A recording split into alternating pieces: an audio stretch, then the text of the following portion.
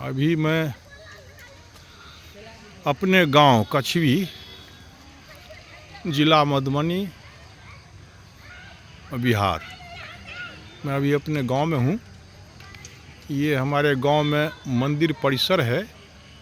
इसमें ये पहला मंदिर है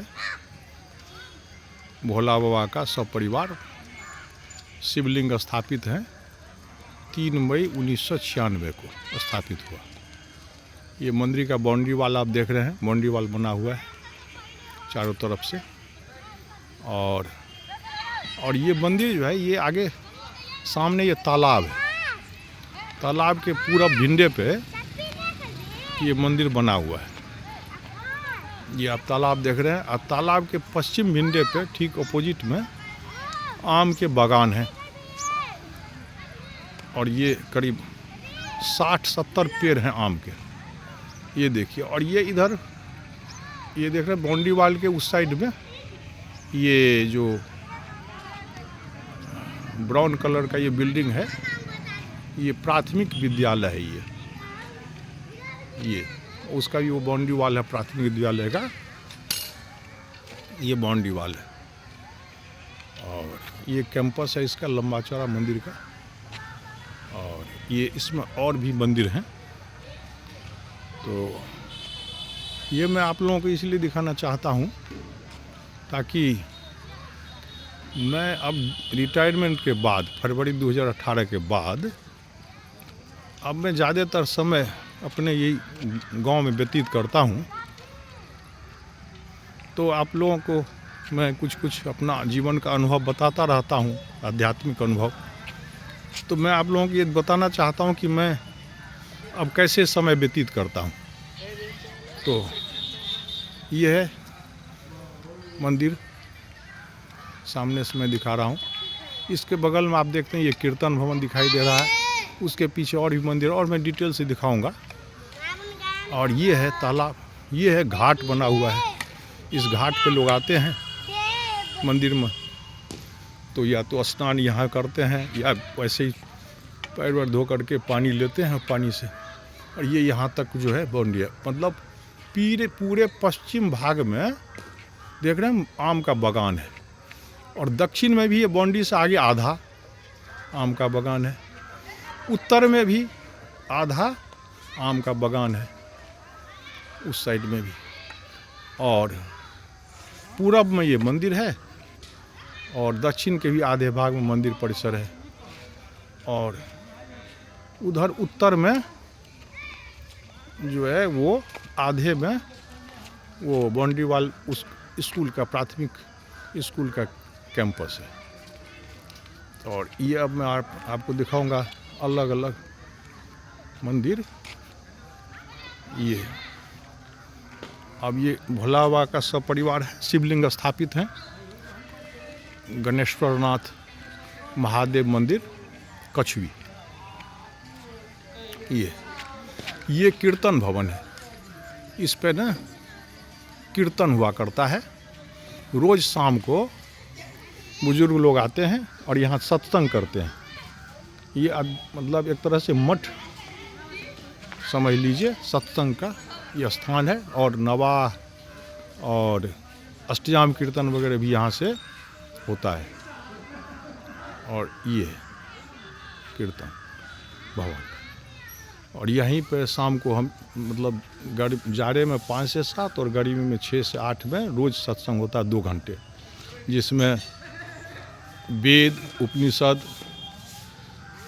योग वशिष्ठ, वाल्मीकि रामायण, पुराण, खास करके भागवत पुराण, शिव पुराण, विष्णु पुराण, अन्य पुराण भी, और उसके बाद गीता, रामचरितमानस, इन विभिन्न धर्म, सनातन धर्म के विभिन्न शास्त्रों का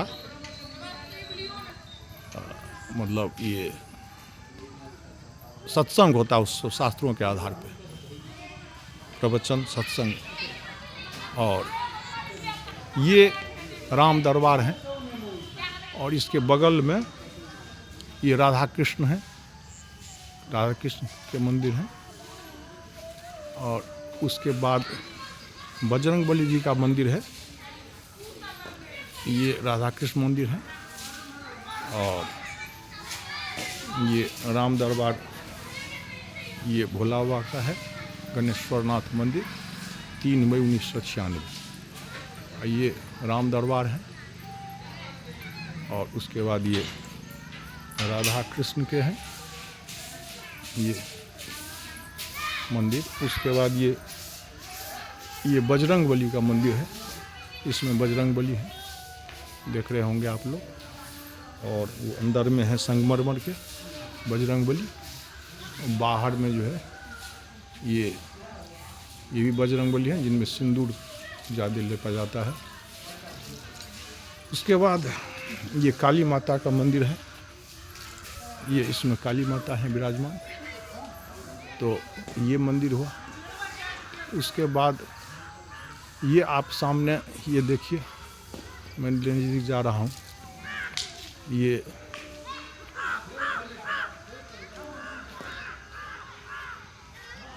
अभी मैं और नज़दीक जा रहा हूँ, इसके बारे में बताऊंगा।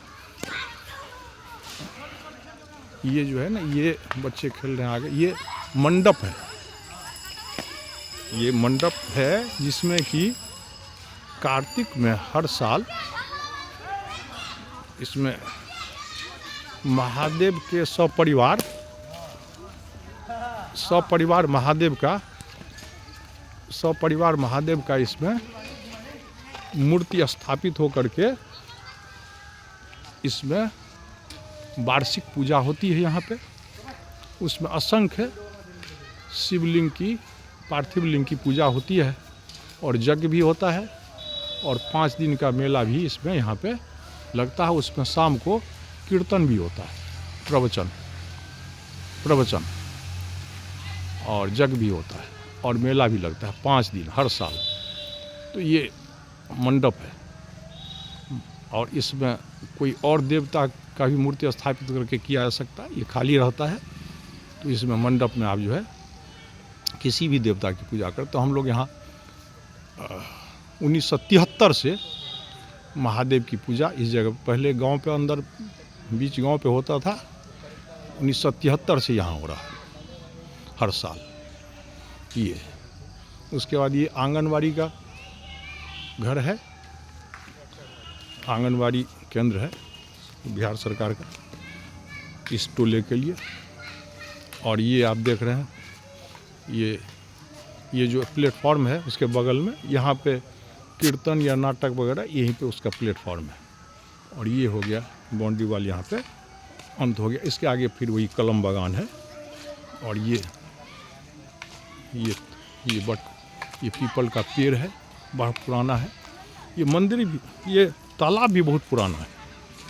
इसका 1903 में जो सर्वे हुआ था उसमें इस तालाब का खतियान है, अर्थात वो 1900 से पहले का है। अब एग्जैक्ट डेट नहीं मुझे पता है, लेकिन हमको लगता है अंदाज़ा 1980 के आसपास का होगा ये तालाब।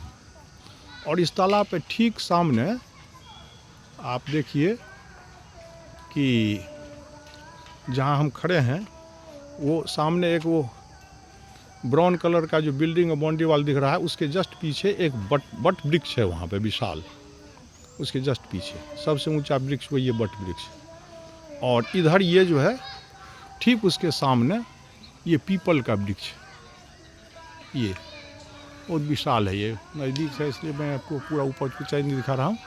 जाइए, ठीक एक दूसरे के सामने। और उसके बाद ये जो आप देखेंगे, ये मैं फोकस कर रहा हूँ लेफ्ट साइड में, ये जो है उस कैंपस के में वो पिलखन का वृक्ष है, और एक पीपल का वृक्ष उसी के ठीक सामने है, इस तरफ, दोनों आमने सामने। मतलब ये पूरब दक्षिण कोने पे, और वो इसके ठीक सामने जो है वो पूरब उत्तर कोने पे है। इस तरह से 4 विशाल पेड़ हैं, जैसे आप देख लीजिए। ये एक सरकारी भवन है, अब वो थोड़ा सा पुराना हो गया, इसका रिनोवेशन होगा, इसका प्रस्ताव जा चुका है। ये बाढ़ राहत केंद्र है ये। तो ये रिनोवेशन हो जाएगा तो ये भी थोड़ा अच्छा हो जाएगा, अभी पुराना हो चुका है। तो ये बाउंड्री वाल आप देख रहे हैं, सारा बाउंड्री वाल देख रहे हैं, ये पूरा बाउंड्री वाल से पूरा लंबे बाउंड्री से ये जो है इसका देख रहे हैं सारा ही मंदिर का। अब यहाँ से मंदिर का व्यू देखिए आप, 5 मंदिर, 1 कीर्तन भवन, 6 और ये मंडप, ये 7 जो है मंदिर, कीर्तन भवन, 5 मंदिर, 1 कीर्तन भवन, 1 ये पूजा मंडप, ये 7 रिलीजियस स्ट्रक्चर है यहाँ पे इस कैंपस में। तालाब है, बड़ा ही नेचुरल सीन है। और इसके पूरब में मेटल रोड है, ये हम लोगों का ब्लॉक है लखनऊ होते हुए और आगे चला जाता है, NH में कनेक्ट कर जाता है। और इधर उत्तर के तरफ भी मेटल रोड है, तो ये दोनों तरफ रोड है। और वो झंझारपुर हम लोग का सब डिवीज़न है, झंझारपुर चला जाता है, झंझारपुर से आगे फिर और आगे चला जाता है, NH में इधर भी मिल जाता है। और ये जो सामने है ये हम लोगों का लो लाइंग लैंड है, इधर फ्री, उसको हम लोग दियराज इसको बोलते हैं, हम लोग चौर बोलते हैं, चौर। तो ये है इधर फ्री है, मतलब ये यहाँ पे आबादी से ये हट के ये परिसर है। आबादी इस रोड के और पूरब और उत्तर के रोड के दूसरी तरफ है, अर्थात दोनों रोड इसको आबादी से मतलब डिमार्केट करके अलग रखे हुए हैं, तो इसलिए इसमें कोई इंक्रोचमेंट नहीं। अब ये आप यहाँ से देख सकते हैं मंदिर का व्यू और कीर्तन का व्यू। तो यहाँ पे मैं अब रिटायरमेंट के बाद, और ये जो कॉम्प्लेक्स डेवलप हुआ है ये 1995 से स्टार्ट हुआ था। तो पहले 1996 में 2 मंदिर बना, शिव दरबार और राम दरबार, और उसके बाद क्रमशः ये बजरंगबली का मंदिर हुआ, उसके बाद फिर राधा कृष्ण का मंदिर बनाया गया, और उसके बाद फिर काली माता का मंदिर, और अभी भी कुछ जगह बचे हुए, हो सकता है कुछ और बाद में। और ये सारा काम ग्रामीण के और गांव के बच्चे और बुजुर्ग सभी मिल करके अपने आप सहयोग से सारे लोगों ने किया है। मैं भी उसमें नौकरी के समय से ही इसमें सम्मिलित रहता हूँ, इन लोगों को अपना, इन लोगों के साथ। और ये जो आप पेड़ देख रहे हैं ये भी मंदिर का ही ये संपत्ति है, ये जो कितने पेड़ हैं। अब और उसके अलावा 50 पेड़ और भी हैं मंदिर के, यहाँ से थोड़ा हट के, उसी से इनका आमदनी होता है, इनका मेंटेनेंस होता है। तो अब मैं ज़्यादा समय गांव में ही व्यतीत करता हूँ, और यहाँ ये मैं मैट्रिक तक मैंने गांव में ही शिक्षा प्राप्त की। मुझे यहाँ इसके आगे भी आप देखेंगे, उधर भी इस रोड के पूरब में भी ये कलम बागान है आम का।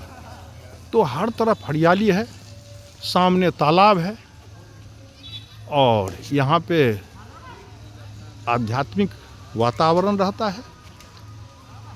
चैतन्य की बड़ी कृपा है कि यहाँ पे वातावरण बड़ा शांतिपूर्ण, और लोग यहाँ आकर के पूजा करते हैं सभी, और शाम को सत्संग होता है। तो मैं इसी वातावरण में अपना जीवन यापन अब ज़्यादातर करता हूँ। और दिल्ली में मैं अब बहुत कम रहता हूँ, बच्चे दिल्ली में हैं, अब बहुत जिद करते हैं तो मैं थोड़ी समय के लिए चला जाता हूँ, मुझे यहीं मन लगता है और बड़ा इन्जॉय करता हूँ लाइफ को, पीसफुल लाइफ को। और मैं समझिए कि मेरा व्यवहार जीवन से दुनिया से अब कोई नहीं, बस वही प्रभु चिंतन में ही लगा रहता हूँ। बड़ा आनंद आता है, और प्रभु की बड़ी असीम कृपा है कि, और ये जगह मधुबनी ज़िला है, मिथिला का समझिए मध्य में है। मिथिला वैसे ही बहुत शांत क्षेत्र है पूरे भारतवर्ष में, और विश्व में भारत बहुत शांत क्षेत्र है, सबसे शांत राष्ट्र है भारत। और भारत में भी, देश में मिथिला जो है शुरू से ही विदेह नगरी कहा गया है। यहाँ हमेशा ज्ञान का ही प्रचार प्रसार रहा है, आध्यात्मिक ज्ञान का, वेद का, उपनिषद का।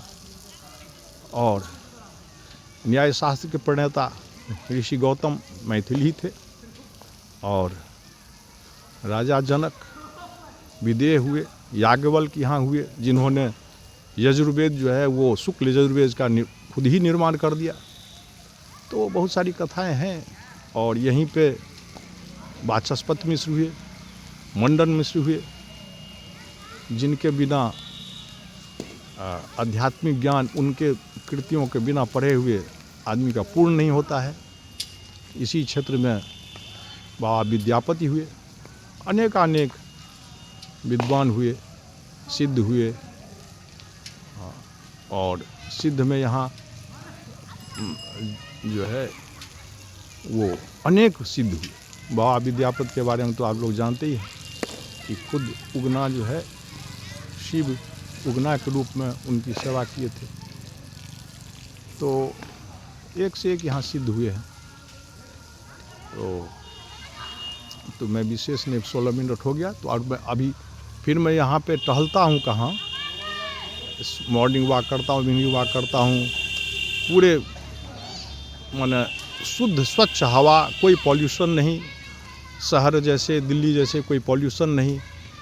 और वहाँ तो समझिए कि पॉल्यूशन ही रहता है ज़्यादा।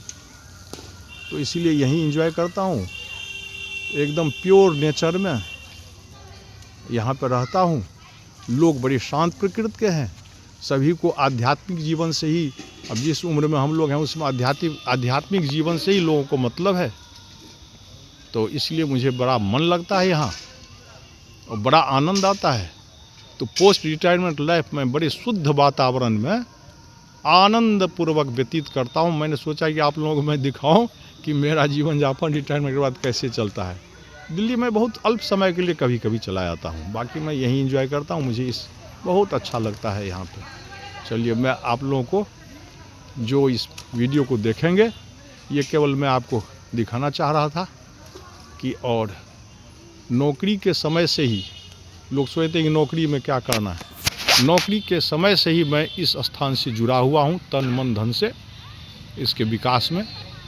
और ग्रामीणों की असीम कृपा से, गांव के बच्चे वगैरह सभी जितने बाहर नौकरी करते हैं, सभी के योगदान से, इसमें से सरकार का या किसी और का कोई योगदान नहीं लिया गया। तो ये है। तो आप लोग इसको देखेंगे तो मुझे लगता है कि आप लोगों को अच्छा लगेगा, कुछ प्रेरणा भी लेंगे कि रिटायरमेंट के बाद हो सकता है कि आप लोग भी गांव वगैरह के परिवेश में जो है कुछ समय बिताने के आपके होंगे, पैतृक गांव वगैरह, तो वहाँ भी इस्टेब्लिशमेंट बना के रखिए, ताकि एक ऑप्शन रहेगा शुद्ध हवा में जीवन व्यतीत, प्राकृतिक वातावरण में जीवन व्यतीत करने का। इसलिए मेरा यह मकसद था। जो लोग इसको देखेंगे उनको लिए मैं अग्रिम धन्यवाद देता हूँ और समुचित अभिवादन के साथ मैं इसका अंत करता हूँ।